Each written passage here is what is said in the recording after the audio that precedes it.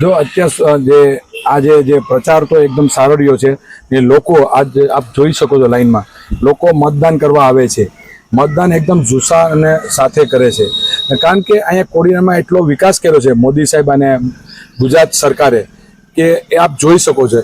જે 2-3 જેટી આવી છે, પછી કોડીના પ્રોપર સિટીમાં પણ કામ કરે છે, એટલે લોકો વોટ આપવાના છે.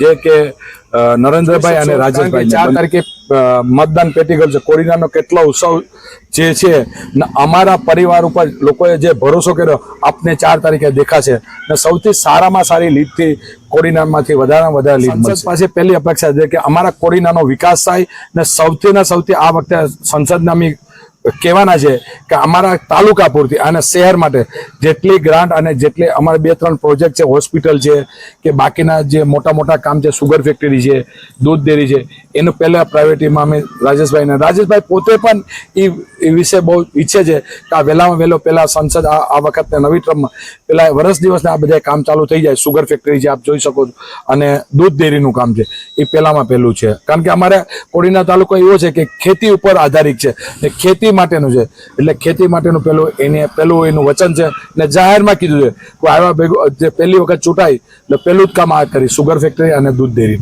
400 પાર તો એ પાકું જ છે કે આપ બી જોઈ શકો છો પૂરા ઇન્ડિયામાં જે મોદી સાહેબની જે લહેર ચાલી છે એ 400 પાર થવાની. અને હું એટલું કહું છું કે કોડીનારમાં સૌથી વધારે હું કહું છું કે આખા ગીર સોમનાથ અને જુનાગઢમાં આ વખતે 3 લાખ ઉપરની લીડ હશે.